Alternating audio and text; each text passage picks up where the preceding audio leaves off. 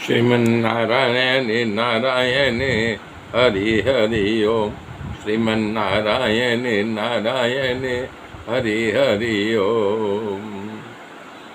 तब सुतीश जी ने प्रभु श्री राम जी से कहा कि हे प्रभु, मैं अब आपसे जो मांगूं वो दीजिए। तो रामचंद्र जी मुस्कुराने लगे, बोले मांगो। तो बोले प्रभु, हमारी इच्छा यही है, आप सीता जी और छोटे भाई लक्ष्मण जी के साथ सदैव हमारे हृदय कमल में निवास करें और कभी यहाँ जाने की कामना न करें। भगवान हंस करके बोले एवं मस्तु, ऐसा ही होगा। ऐसा कर करके श्री लक्ष्मी निवासी रामचंद्र जी वहाँ से आनंदित हो करके अगस्त ऋषि की आश्रम की ओर चले। तब सुतीश जी ने कहा, गुरु जी, अगस्त जी का दर्शन करने बहुत दिन हो गया और अभी आपके साथ वहाँ चल रहा हूँ। श्री राम जी ने उनको साथ ले लिया। रास्ते में अनुपम भक्ति का वर्णन करते करते देवताओं के राजराजेश्वर श्री राम जी अगस्त ऋषि के आश्रम में पहुँचे।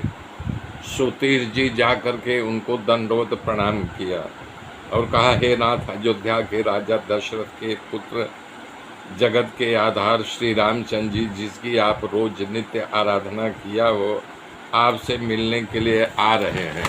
आज आपका जो नित्य जाप पाठ था वो सब प्रत्यक्ष रूप में आ गए। ये सुनते जी अगस्त जी दौड़ करके श्री रामचंद्र जी देखते हुए उनके आंखों में आंसू आ गया। दोनों भाई दंडवत प्रणाम किया उन्होंने। दोनों भाइयों को उठा करके उन्होंने गले से लगा लिया। उनके आंखों से आंसू बह रहा था। अगस्त जी बोले, आज मेरे जैसा भाग्यशाली कोई नहीं है कि प्रभु मेरे निवास में आकर के मुझको दर्शन किया। वहाँ जितना सब मुनियों का समूह था, सब आनंद की वर्षा करने लगे।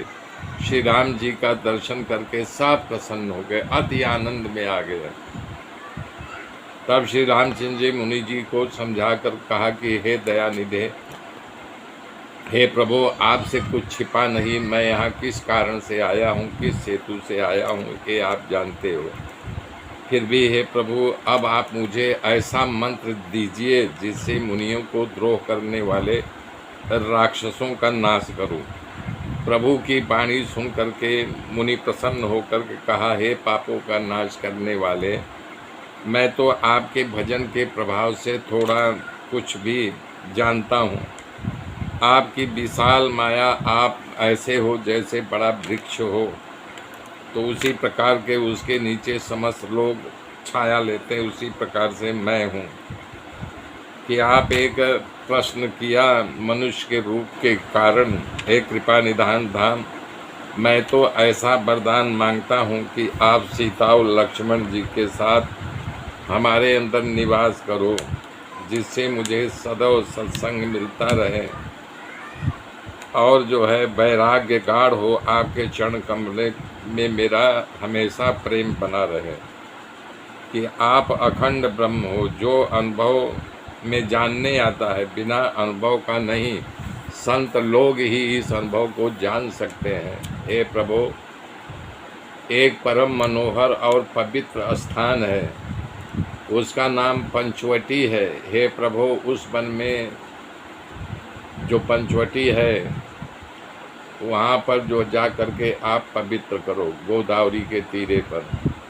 मुनि गौतम के श्राप से वो जो लगा है उसे आप हर लो।